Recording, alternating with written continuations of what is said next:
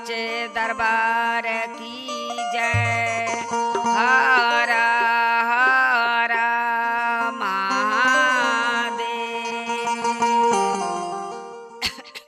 हाँ ये गुरु बहना लोग, आप सबके बीच में एक भजन गावे जा रहल बानी।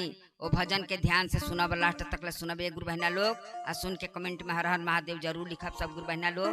आशा ना पूरा विश्वास बा कि हमारा भजन वो सबका अच्छा लगी। तो देखी कैसे भोला जी अपना गौरा से पूछा तारन, आऊ बड़ी ता नैहर चल गई बड़ी, तो कैसे फोन कर तारन उनका से पूछा तारन, उनका बिना उनका के अच्छा नहीं लगा तो केंगा पूछा तारन।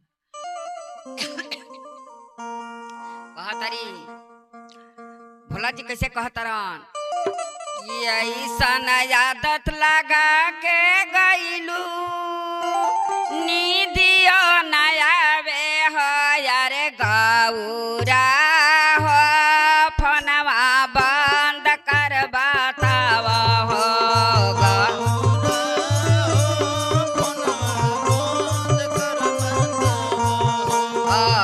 गौरा हो, फोनवा बंद कर बताव हो।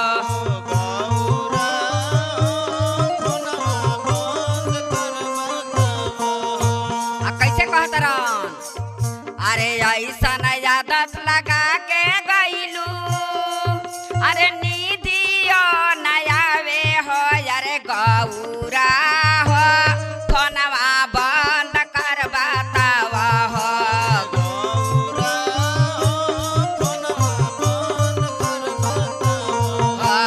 गौरा हो, फोनवा बंद कर बताव हो।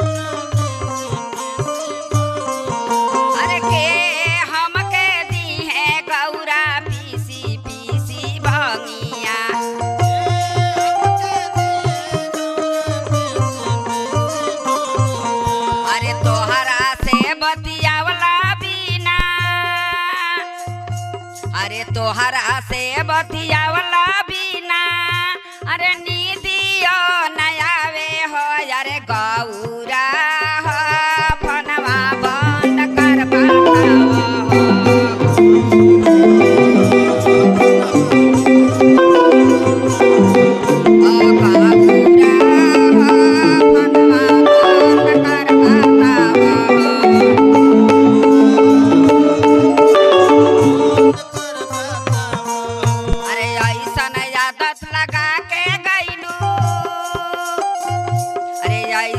आदत लगा के गईलू निदियो नयावे हो यारे गौरा हो, फोनवा बंद कर बताव हो।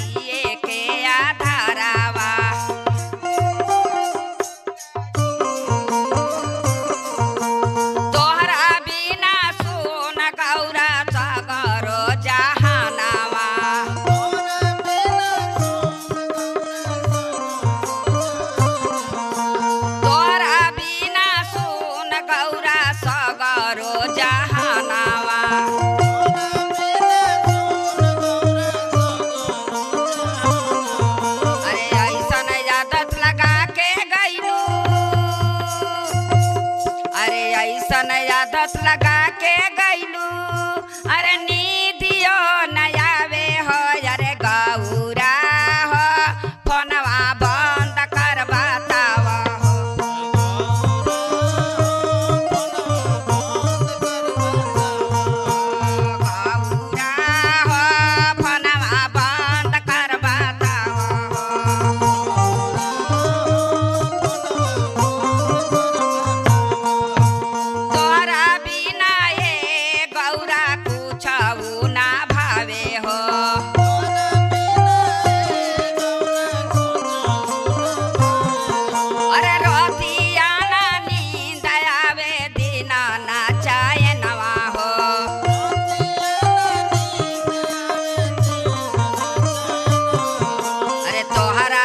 बतियावला बिना